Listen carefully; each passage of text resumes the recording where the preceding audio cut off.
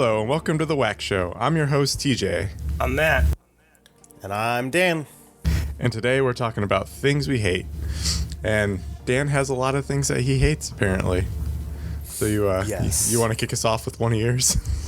Sure, because honestly, I could probably do like a week's worth of shows on just shit I fucking hate. It's probably not a healthy way to live. But anyway, first thing I was going to bring up as shit that I hate is I hate when people specifically like I'll give an example, but basically I hate getting thrown under the bus, and I hate people who make a habit of throwing other people under the bus. Yeah, So, me too.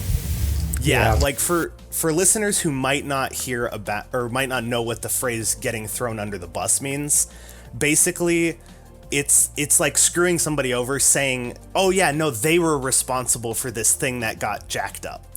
When like you could just keep your mouth shut or be like, yeah, that's a big problem, let's fix it.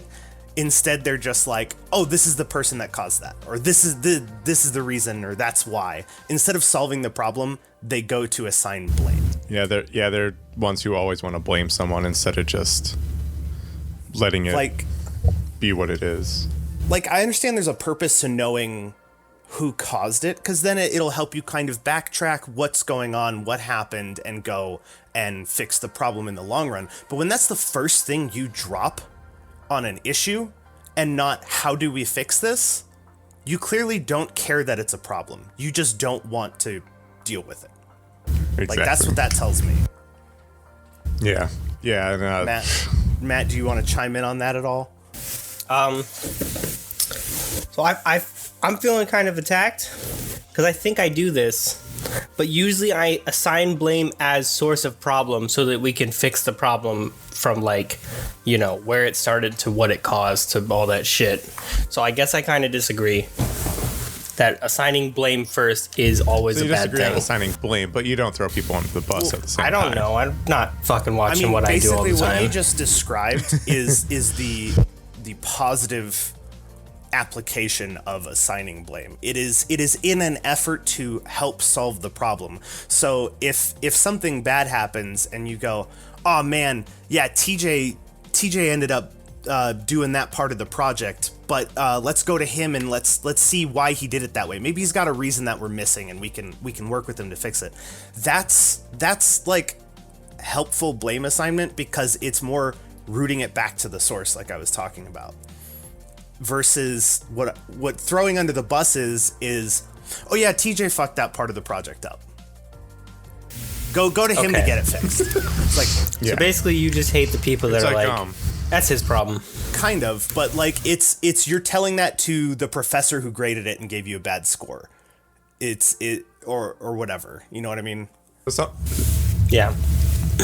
So something along the same lines is like constructive criticism versus criticism for the sake of criticism. Kind of. I don't know. I have a different opinion on criticism. They're just saying it's stupid. The real world example I have of it is my last job. No names or anything. Last job, person I was a peer with. I got promoted. They stayed where they were at. They would come to me to ask for help on how to deal with people on the phone when it was a situation they weren't sure how to deal with, which leads into a whole nother complaint box. Anyway, and they would stand there and stare at me like waiting for me to give them an answer when they should know the answer. They wanted to hear me tell them what to do so that if it bit them in the ass later, they could say, I was just doing what Dan told me. And they literally did this in front of me to our supervisor, our joint supervisor. And Jesus. I was done. I literally, the next time she came over and she asked me a question, I opened with, well, are you just asking me this to fucking drop my name when it, shoots you in the foot? Or do you actually want help? I straight up looked at her and said that because I was so pissed. I'm like, you need to keep my name out your fucking mouth when shit goes wrong, because it's not my fault you don't know how to do your job. Okay? Right. God damn. Anyway, I could go on and on about that. He's so fiery. But let's jump to someone else's hate, and if we have time, we can do a second one of mine. So what do you hate, Matt? All right, so you got one lined up? Less personal, and I'm not attacking you, Dan. This is not retaliation. It's like, oh boy, I got a couple. Fuck. All right, we'll go with the easy, relatable one. Then I can go into some niche shit if we do round 2. I fucking hate it when people who aren't crippled or their fucking hands aren't full or they don't have any sorts of issues at all use the automatic doors. I fucking hate it. Idiots that walk up to the door and push the fucking automatic door button because they don't want to touch the door. Fuck them. This is very closely related to one of my other kind of like minor hates. Them. But yeah. I want to know how much power they're wasting. Just like that person pushing all these buttons throughout their life. I bet they're wasting so much energy. It's just such a do it low... sometimes out of laziness, I'm not gonna lie. Surely you have a reason. And if you don't, well, I guess I hate you sometimes. Well, I mean, nowadays, everybody... Usually it's exhaustion. Everybody has a reason. You want to get germs, man. Currently, right now, if you're doing it to avoid germs, fine. We're in a global pandemic, that's fine. I'm talking about the motherfuckers that would come to the library a year ago, and I'd see them every day, and every day I would know it was them, because I'd see the door open, and nobody was there, and then they'd walk through. I was just like, you piece of shit. You're like 19, nothing wrong with your body. You can open that fucking door. The funny thing is, it doesn't really help with germs because people are still pressing the button. Mm-hmm.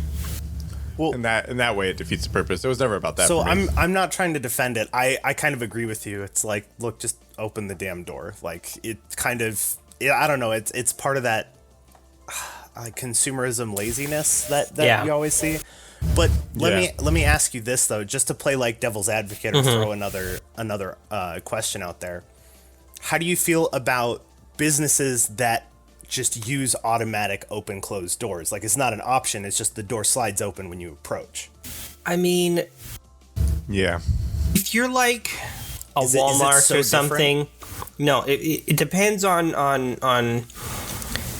the business possible peak foot traffic. If you're a fucking Walmart or something that can have like 20 motherfuckers going through the door at once, it makes sense to have doors that will automatically open and close and keep themselves open and whatnot. If you're the fucking dentist office and you have automatic doors, fuck you. Like CVS is like that weird middle ground where I don't really think you need automatic doors. CVS, nobody's, the corner drugstores aren't really high use places anymore. But I also they usually feel have like, them. I also feel like CVS probably has more elderly and crippled or people who have legit things wrong more commonly than most other places. Also, literal pharmacy there, sick people go there. So the less people have to touch things at a CVS, the better. But I feel like you asked your question. I explained my point. I think we agree. No, I think so too. It's good points. Yeah, definitely. I think both things you guys hate are equally hateable. Before we jump to yours, TJ, mine's just so closely tied with his, one of my other ones. No, go for it. Similar to like using the automatic door, this has to do with entering and exiting public places and things. If you fucking enter through the way labeled exit or exit through the way labeled enter, you are fucking wrong. And I will call you out every time I walk into the grocery store. Oh my God. I will be walking in and someone is walking out the entranceway past me and I will straight up exaggerated 180, stare at the sign that says entrance as you're exiting underneath it and say, oh, this is the entrance. All right, cool. And just keep walking. Because fuck you. Oh my God. I do that shit at the library all the time. I'd say I do that every once in a while. Like, come on. It's not hard. The sign is huge. I'm gonna make Dan so mad right now. So sometimes how I see it, I'm entering or exiting the opposite of what it's saying. Fuck you. You don't enter the outside, TJ. Fuck you. Oh my God.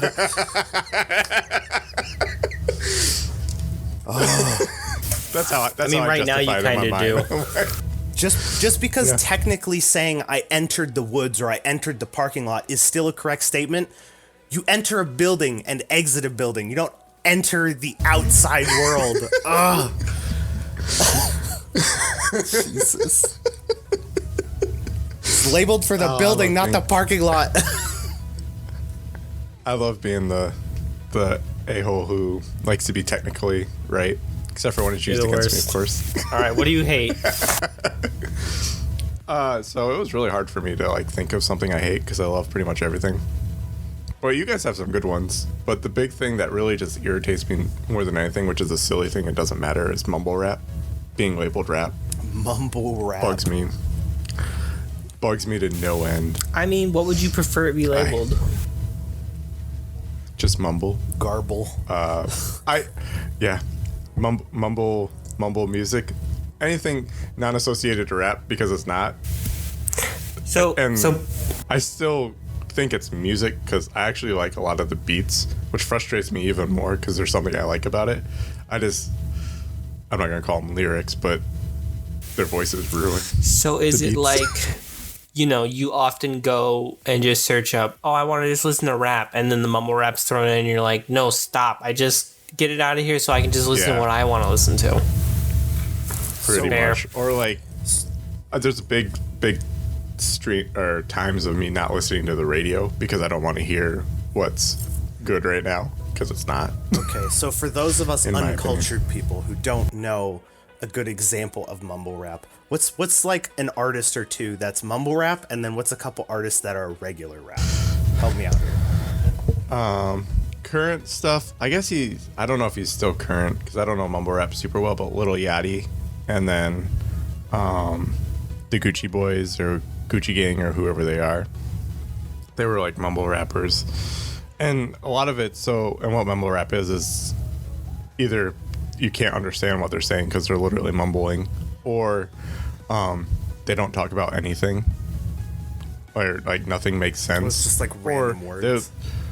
Yeah, it's just randomness. Or it's like they're just talking about drugs, sex, and yes, the classics. Money. And it's just like, but it's just like straight the same thing. And it's the same thing over and over again. Like it's not like new lines. They're just repeating themselves. Not like OG diss tracks or like Beastie Boys kind of stuff. Then. Okay. Yeah, and it's not like obviously every genre and everyone talks about drugs, sex, and money. So that doesn't bother me. But it's every single song of theirs, and it's the same thing over and over. Whereas like current rappers that I've really liked and picked up on is Joyner Lucas, Logic, Token, Royce the 5'9", which he's older, like OG older, but I didn't know about him as much until now, and now I'm going back and listening to stuff, and he's really good. And my favorite of all time is Eminem. I love Eminem. But yeah, I know exactly one of those names. Yeah, me too. Eminem. Which Eminem. One? I really like him. So here's what's funny is Eminem and Royce the 5'9" are like best buds, and they're in a lot of stuff together. Oh, nice. Yeah. And then Logic and Joyner are newer. I feel like you guys would like Joyner because he does like storytelling songs and stuff like that, and then he does like normal rap stuff. I'll have to send you a couple that you might like. I don't fucking hate it. That's fair. Yeah. So that's it. It's pretty simple. Hate, but I hate mumble rap. In general, my musical taste peaked like 30 years ago. I'm in the 80s. You're not even 30 years old. That's what I grew up on. But I mean like music that I liked peaked 30 years ago. You like oldies. I do. It is oldies now. Yes. It's okay. I listen to like 90s punk rock shit all the time. I like some of that. It's just, that's we're going airing down too close to the side of stuff we like, guys. Yeah, that's about what you're right, hate. Dan. Yeah. Dan, give us a new one. Okay. So another thing I fucking hate is like, okay, this has to do with streaming. This is one of my streaming hates, and it's really bad because like it's not great for building a community. I'm working on it and stuff like that. But I fucking hate when I'm sitting there streaming a game and random people in chat are like, "Hey, you want to play this game together?" I'm like, if I wanted to play it together, my stream would be tagged as play with chat, or the title would involve that in some way.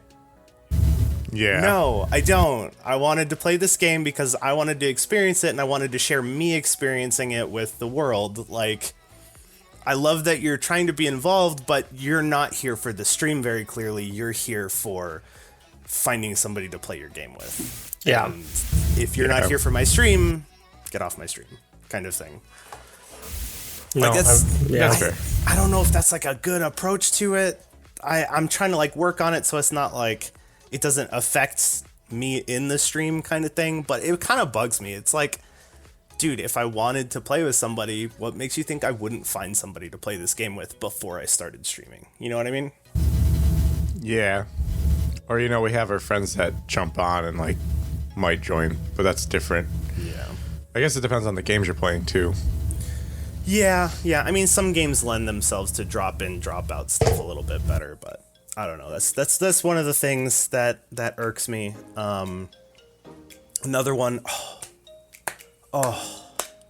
Another one. Well, you're... Huh? Go ahead. Oh, sorry, dude. Like go I ahead. said, I could do like a week's worth of episodes. Go first. Trust me. Oh, this is just a funny one because I love vegetables and I love everything vegetables, and I can't stand vegetable soup.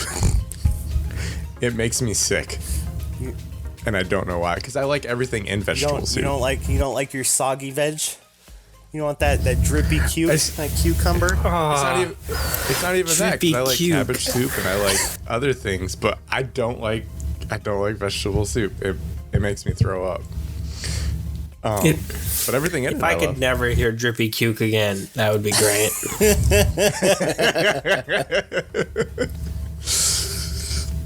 But yeah, that's just a little thing. This next one, I know y'all are both on my side with. And we only got a couple minutes, just so you know. I'll make it quick. I fucking hate when it's somebody's job to do something and they don't fucking do it. Or even worse, they're bad at it and don't give a shit about getting better. Oh yeah, Yep. yeah. Now I feel like you have some great stories that support that. Yep. It's like I don't want to talk about it. I just I'd have to I'd go on a tirade if we started that right now. It's one of those things where like if you aren't good at what you're supposed to be doing, which happens, that's not the problem. I mean, ideally that's not the case and you probably shouldn't have got the position in the first place if you're not good at it, but you're here now. So if you're not good at what you're doing,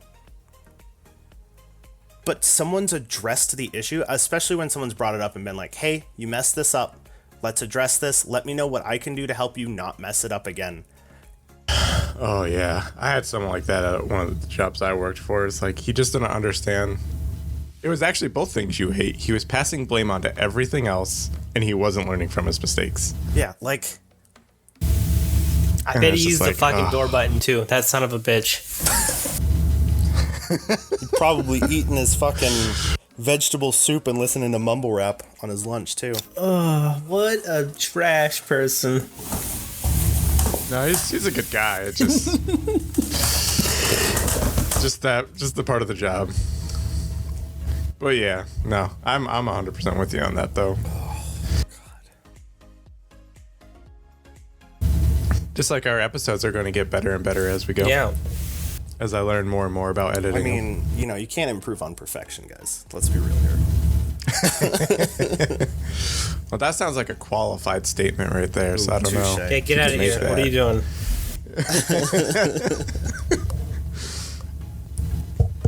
But I think that about wraps it up for this episode. Mumble raps. Mumble raps. Drippy cukes. Throwing people under the bus. We can throw mumble raps under That the bus. mumble wraps it up. That's why we did. That was a joke. Thank you, everyone, for listening to the WAQ Show. We aren't qualified. I'm your host, CJ. I'm Matt. And I'm Dan. And that's our show. Bye. Do do do do do do do do do. Bye.